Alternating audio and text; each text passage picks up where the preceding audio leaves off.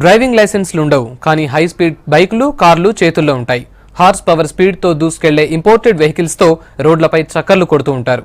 Just కన్ను మూసి తెరిచేలోపే నిండు ప్రాణాలు రోడ్లకు బలి చేస్తున్నారు. ఇవి సిటీ రోడ్లపై మద్యం మత్తులో పెరిగిపోతున్న మైనర్ల ఆగడాలు. సిటీలో రోజురోజుకు పెరిగిపోతున్న మైనర్ల ర్యాష్ డ్రైవింగ్ ప్రమాదాలకు కారణమవుతోంది.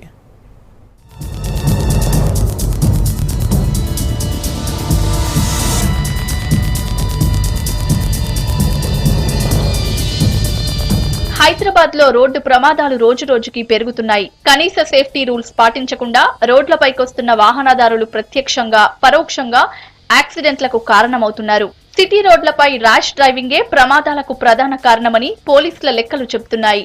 వీటిలో ఎక్కువ ప్రమాదాలు బారిన పడుతోంది కూడా మైనర్లే.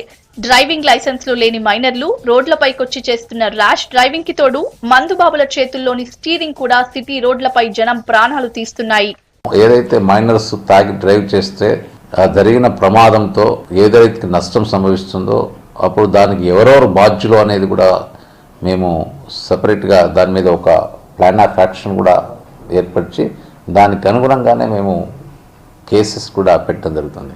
ఆ మైనర్కు వెహికల్స్ ఎవరు ఇస్తున్నారు, ఆ వెహికల్ ఓనర్ ఎవరు, owner also responsible for that అని కూడా ఓనర్ పై కూడా కేసు నమోదు చేయడం జరుగుతుంది. ఈ మైనర్ డ్రైవింగ్ వలన కనుక ఎవరైనా చనిపోతే 304 Part 2లో నమోదు చేసి నాన్ బెయిలబుల్ అఫెన్స్ కూడా కేసు నమోదు చేసి కోర్టుకు పంపించడం జరుగుతుంది.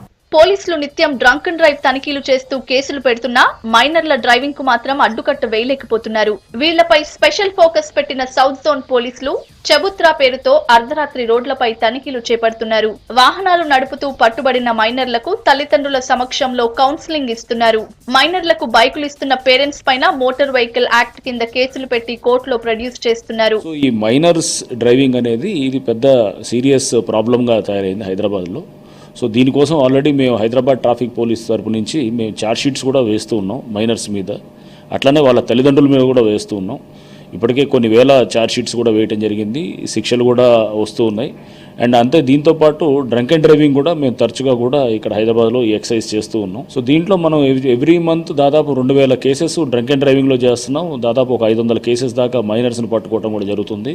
వీళ్ళకి కౌన్సిలింగ్ చేస్తున్నాము, వీళ్ళని చాలా మందిని జైలుకు పంపిస్తున్నాం.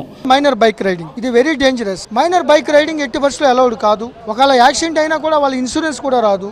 పిల్లలే చనిపోవచ్చు, లేకపోతే వేరే వాళ్ళని చంపేయచ్చు. తర్వాత జరిగే పర్యవసానాలు దృష్టిలో పెట్టుకోలేదు కాబట్టి తల్లిదండ్రులను బాధ్యులుగా చేస్తూ వాళ్ళందరిపై మొదటి టైము ఎంవి యాక్ట్ 180 సెక్షన్ కింద కేసులు నమోదు చేశాం. రిపీట్ అయితే ఆ బళ్ళను సీజ్ చేసి వాళ్ళని రిమాండ్ కూడా పంపించడం జరుగుతుంది. తెలిసి తెలియని వయసులో హై స్పీడ్ వెహికల్స్ తో రోడ్లపైకి వస్తున్నారు మైనర్లు. సిటీ రోడ్లపై ర్యాష్ డ్రైవింగ్ చేస్తూ బైక్ రేసింగ్లు పెట్టుకుంటున్నారు. ఏమైనా ప్రమాదాలు జరిగితే మాత్రం తల్లిదండ్రులను కూడా బాధ్యులను చేసి వారిపైన కేసులు పెట్టి జైలుకు పంపుతామని హెచ్చరిస్తున్నారు పోలీసులు.